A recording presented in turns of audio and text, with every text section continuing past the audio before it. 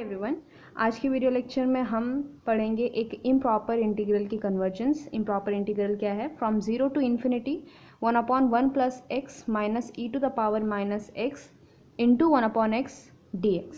Okay, इस improper integral की हमें कन्वर्जेंस चेक करनी है। तो हमने पिछले वाले वीडियो लेक्चर में पढ़ा था इस टाइप का इंटीग्रल जहाँ पर हम कन्वर्जेंस चेक करते हैं इस इन्फिनिटी पर। ओके, ए से लेकर इन्फिनिटी एफ डी एक्स, इस टाइप का जो इंटीग्रल है उसकी कन्वर्जेंस चेक की थी हमने इन्फिनिटी पर। जब इसकी वैल्यू फाइनाइट आती है तो हम कहते हैं कि कन्वर्जेंट है। ओके, इससे पहले हम किस टाइप के इंटीग्रल पढ़ रहे थे? ए टू बी, जहाँ पे ए और बी फाइनाइट थे और एफ अनबाउंडेड था। तो यहाँ पर f की अनबाउंडनेस होने की वजह से ये फंक्शन जो है वो एक इम्प्रॉपर इंटीग्रल बना देता था। ये जो इंटीग्रल था वो एक इम्प्रॉपर इंटीग्रल बन जाता था। ओके, फंक्शन की अनबाउंडनेस की वजह से। अब हम कन्वर्जेंस चेक कर रहे हैं पॉइंट ऑफ इन्फिनाइट डिसकंटिन्यूटी पर नहीं, हम कन्वर्जेंस चेक कर रहे हैं इस इन्फिनिटी पर। ओके, सो एग्जाम्पल क्या है? जीरो से लेकर infinity 1/1 plus x minus e to the power minus x 1/x dx। Okay, तो जब इस टाइप का इंटीग्रल आता है हमारी सबसे पहली कोशिश होती है कि हमारा जो ये लोअर लिमिट है ये ग्रेटर देन ज़ीरो हो, क्योंकि देखिए हमने एक इम्पॉर्टेंट कंपैरिजन इंटीग्रल पढ़ा है। Okay, a to infinity 1/x to the power n dx, this converges if n is greater than 1 and diverges for n less than equals to 1। तो इस case में जो a होता है वो ग्रेटर देन ज़ीरो होता है। ओके, तो हम ट्राई करते हैं कि जब भी हमारा जब इंटीग्रल में जब लिमिट में इन्फिनिटी वाली टर्म आए और नीचे ज़ीरो आए तो हम ट्राई करते हैं कि इस ज़ीरो को जो है a ग्रेटर देन ज़ीरो, यानी कि लोअर लिमिट को हम ग्रेटर देन ज़ीरो वाली रखें। ओके, तो उसके लिए क्या करेंगे? लिमिट ब्रेक करेंगे। So it is from zero to 1/1 plus x minus e to the power minus x 1/x dx plus from 1 to infinity 1/1 plus x minus e to the power minus x 1/x dx। Okay, ताकि हम इसको separately solve कर सकें, जहाँ पे infinity की बात करेंगे और इसको सेपरेटली सॉल्व कर सकें। ओके, फिर जब दोनों कन्वर्ज होंगी तो उन कंडीशंस पे ये इम्प्रॉपर इंटीग्रल कन्वर्ज करेगा। ओके, सो इसको मान लेते हैं I1, इसको मान लेते हैं I2। तो सबसे पहले I1 की बात करें। अगर मैं 1 रखूँ इस फंक्शन में, so 1/1 plus 1 which is 1/2 minus e to the power minus 1 और 1/1। तो अगर आप इस फंक्शन में 1 रखोगे तो ये फंक्शन कभी भी इन्फिनाइट नहीं होगा। ओके, फंक्शन जो है वो अनबाउंडेड नहीं होगा। इसका मतलब कि 1 is not point of infinite discontinuity. अगर मैं ज़ीरो की बात करूँ तो अगर मैं इसमें ज़ीरो रखती हूँ तो ये क्या आएगा? एक बार ट्राई करते हैं। अगर मैं ज़ीरो रखती हूँ so it is 1/1 plus zero is 1 minus e to the power zero is 1 into 1/, अगर x की जगह ज़ीरो रखूँ तो ज़ीरो। तो ये किस फॉर्म में आया? 1 माइनस 1 इज़ 0, 0/0 के फॉर्म में आ गया। ओके, सो हमें पता नहीं है कि ज़ीरो पर इस फंक्शन की वैल्यू क्या है, तो हम क्या करेंगे? एल हॉस्पिटल रूल लगाएंगे इस पर और देखते हैं कि ज़ीरो पर इस फंक्शन की वैल्यू क्या आती है। ओके, तो उसके लिए मैं इसको थोड़ा सा सिंप्लीफाई करूँगी। तो हम इसको मल्टीप्लाई करते हैं 1 और इसको मैं अगर e to the power minus x से मल्टीप्लाई करूँ तो मेरा आंसर कितना आएगा? Minus e to the power minus x और minus x e to the power minus x divide by 1 plus x into ये एक्स। ओके, ये हमारा क्या है? एफ एक्स है।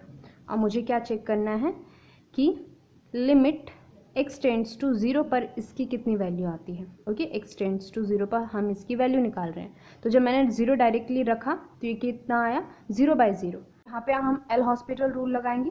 सो एल हॉस्पिटल रूल यानी क्या कि ऊपर का डिफ्रेंशिएशन ऊपर, नीचे का नीचे। सो 1 का differentiation 0 minus e to the power minus x का differentiation minus e to the power minus x, यानी कि प्लस हो जाएगा और e to the power minus x. Okay, so यहाँ पे क्या है? प्रोडक्ट ऑफ टू फंक्शन, तो उस हिसाब से इसको डिफ्रेंशिएट करेंगे। तो एक काम करते हैं, फर्स्ट एज इट इज़ यानी कि एक्स एज इट इज़ और e to the power minus x का differentiation is minus x e to the power minus x और plus e to the power minus x as it is और x का differentiation 1। Okay, ये हमारा ऊपर का differentiation आ गया और नीचे क्या होगा? ये है क्या? x plus x square. तो इसका कितना आया? 2x plus 1।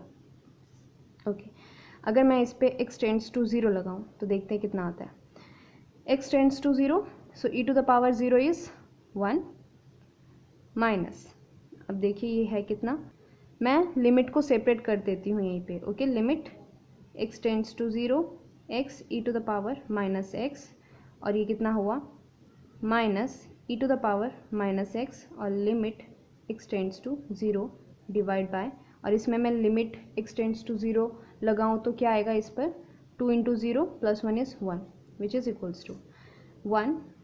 अब इसका आंसर कितना आता है, x e to the power minus x limit x tends to 0। देखिए इसका यही मतलब हुआ, x divide by e to the power x limit x tends to 0। जब आप x को टेंड करोगे 0 की तरफ, सो इसका आंसर होगा 1 और ये 0, तो यानी कि 0। सो 1 प्लस 0 माइनस 1 डिवाइड बाय 1, जो कि कितना आया, 0 आया। ओके, सो इसका क्या मतलब हुआ कि जब हम x टेंड्स टू 0 कर रहे हैं, इस फंक्शन में x की वैल्यू 0 रख रहे हैं, तब ये अनबाउंडेड नहीं है। यानी क्या कि 0 is also not point of infinite discontinuity. Okay, so 0 is not point of infinite discontinuity. Okay, so इसमें कोई भी पॉइंट ऑफ इनफाइनाइट डिसकंटिन्यूटी नहीं है, फंक्शन एकदम बाउंडेड है, अनबाउंडेड नहीं है। इसका मतलब क्या हुआ कि हमारा जो I1 है ये एक क्या है, प्रॉपर इंटीग्रल है, प्रॉपर इंटीग्रल है। अगर ये प्रॉपर इंटीग्रल है तो हमेशा क्या करेगा, कन्वर्ज करेगा। तो अब सिर्फ हमें ध्यान किस पे देना है, I2 पर, कि ये जो है इन्फिनिटी पर कन्वर्ज करता है या फिर डाइवर्ज करता है। तो अब हम बात करते हैं I2 की। ओके, I2 क्या है, एक इम्प्रॉपर इंटीग्रल है, क्योंकि इसकी लिमिट देखिए क्या है, अनबाउंडेड है। ओके, और 1 से लेकर इन्फिनिटी के बीच में आप कोई भी नंबर डालो, कोई भी लिमिट पुट करो, तो ये अनबाउंडेड नहीं होता। ओके, सो सिर्फ हमें कन्वर्जेंस चेक करनी है इस इन्फिनिटी पर, इसके बीच में कोई भी पॉइंट ऑफ इनफाइनाइट डिसकंटिन्यूटी नहीं आ रहा है, तो हमें उसके बारे में नहीं सोचना है।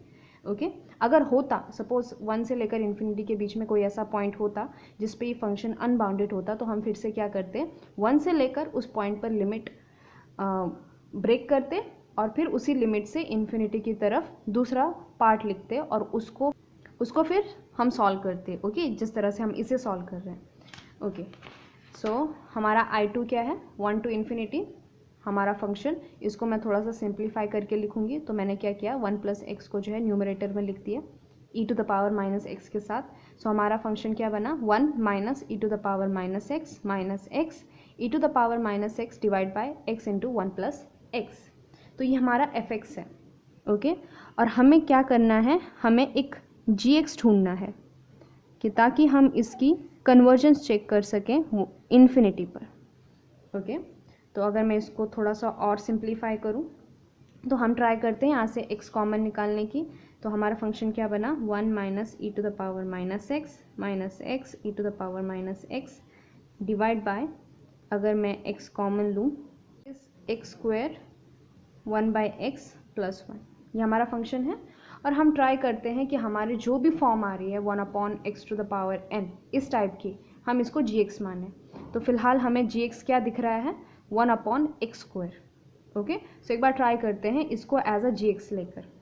तो हमारा gx क्या हुआ, 1 अपॉन एक्स स्क्वायर। ओके, अब देखिए इस फॉर्म में तो हमें यहाँ पे 1 अपॉन एक्स स्क्वायर gx दिख रहा है, लेकिन कभी कभी हमें कुछ अलग ही लेना पड़ता है। ओके, वो प्रॉब्लम के हिसाब से। हम दूसरा एग्जांपल देखेंगे तो वहाँ पे सीधे सीधे जो है gx दिखाई नहीं देता।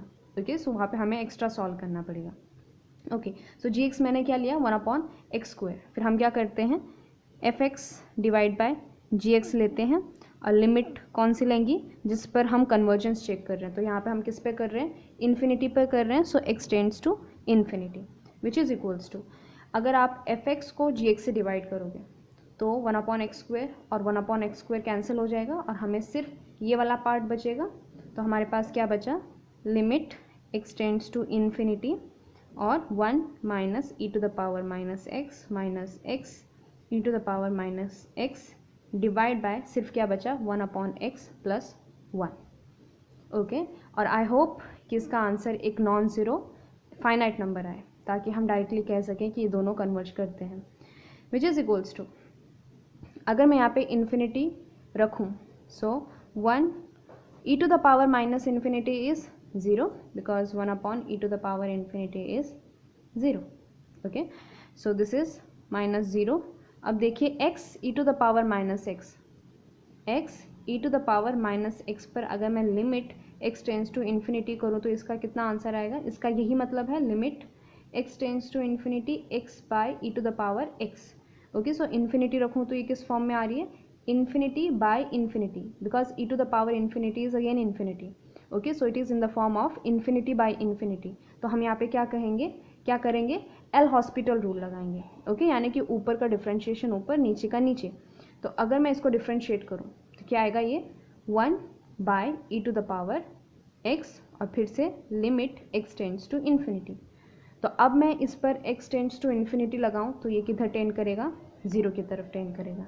यानी कि x e to the power minus x पर मैं जब x टेंड्स टू इन्फिनिटी लगाती हूँ तो इसका आंसर कितना आता है? इस फंक्शन का आंसर 0 की तरफ टेंड करता है. Okay, so it is minus 0 divide by 1 upon infinity 0, so 0 plus 1. Okay, which is equals to 1, जो कि क्या है? एक नॉन ज़ीरो और फाइनाइट नंबर है. सो इसका क्या मतलब है? हमारी कंपैरिजन टेस्ट क्या कहती है कि ऐसे केस में जब हमारी f बाई जी की limit x tends to infinity पर l वैल्यू आती है, जो कि एक नॉन ज़ीरो फाइनाइट वैल्यू होती है, तो उस केस में इन दोनों का जो इंटीग्रल है from same limit it converge और डाइवर्ज टुगेदर. ओके, सो दोनों का नेचर सेम होता है. सो इस केस में देखिए हमारा from 1 to infinity f dx and 1 to infinity g dx क्या करेंगे? दोनों कन्वर्ज और डाइवर्ज टुगेदर. ओके, अब हमें ये देखना है कि हमारा ये क्या करता है, ये वाला इंटीग्रल कन्वर्ज कर रहा है या फिर डाइवर्ज कर रहा है. So this is 1 to infinity और g क्या हमारा 1 upon x square d x. Okay, तो फिर से हमारी जो इम्पॉर्टेंट कंपैरिजन इंटीग्रल क्या कहती है कि 1 upon x to the power n, a से लेकर इन्फिनिटी जहाँ पे a ग्रेटर देन 0 है, ये कब कन्वर्ज करता है? जब उसकी पावर क्या हो? ग्रेटर देन 1 हो. और देखिए यहाँ पे 2 क्या है? ग्रेटर देन 1 है, तो ये हमेशा क्या करेगा? कन्वर्ज करेगा. ओके, और ये कन्वर्ज कर रहा है तो इसका मतलब हमारा जो 1 से लेकर इन्फिनिटी f dx है, ये भी क्या करेगा? कन्वर्ज करेगा. ओके, दिस मीन्स हमारा जो I2 है, I2 क्या कर रहा है? I2 converges. ओके, सो हमारा I1 कन्वर्ज कर रहा था, ये I1 कन्वर्ज कर रहा था क्योंकि ये प्रॉपर इंटीग्रल था, और I2 हमने देख लिया कि ये भी क्या कर रहा है? कन्वर्ज कर रहा है. सो दोनों का आंसर फाइनाइट आएगा, तो दोनों का जो सम है वो भी फाइनाइट आएगा. इसका मतलब हमारा जो मेन इंटीग्रल था फ्रॉम 0 से लेकर infinity 1 upon 1 plus x minus e to the power minus x into 1 upon x d x, ये क्या करता है? ये कन्वर्ज करता है. ओके, इस तरह से इन प्रॉब्लम्स को देखा जाता है.